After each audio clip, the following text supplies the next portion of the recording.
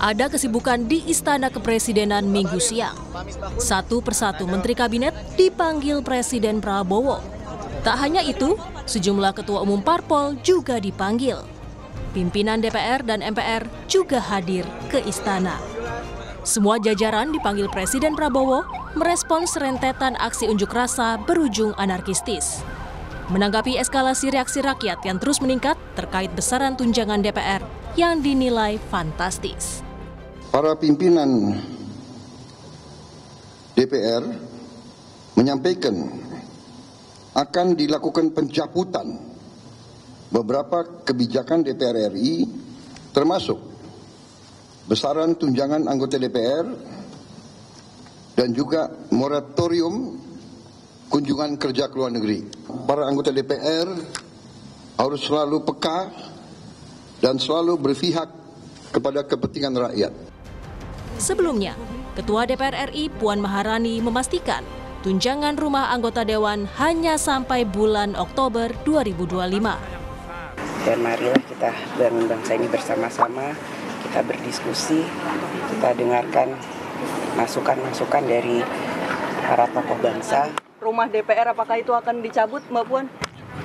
Kan sudah disampaikan bahwa itu hanya sampai Oktober. Sejumlah anggota DPR mengaku tak keberatan jika tunjangan para wakil rakyat dievaluasi. Alhamdulillah yang rumah itu akhirnya udah nggak ada ya. Stop Di Oktober 2025 teh. Iya, ini baru di Agustus teh. Ya karena penganggaran itu setahun. Ya udah menurut saya udahlah mau dihapus dari hari ini juga kalau buat saya nggak masalah. Tapi please mari kita suarakan untuk segera benahin data dasar. Saya mengusulkan juga yang penting. Dan aspirasi? Ya data dasar semua. Kalau ada data dasar nanti bisa dihitung. Dengan problematika rakyat yang kita miliki di daerah pemilihan kita, betulkah perlu ada anggaran sebesar itu? Betul, kami setuju, kami sepakat bahwa segala sesuatu yang berkaitan dengan keuangan negara harus benar-benar digunakan untuk kepentingan rakyat.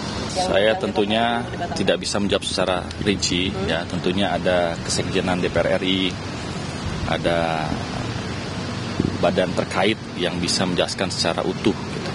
Tapi sebagai pimpinan MPR, pimpinan fraksi, tentunya saya ingin melakukan evaluasi lah ya atas dasar apa yang diinginkan masyarakat. Sebelumnya, besaran tunjangan untuk anggota Dewan menuai kritik hingga demonstrasi. Salah satu yang menjadi sorotan adalah tunjangan rumah senilai 50 juta rupiah per bulan. Tim Liputan, Kompas TV.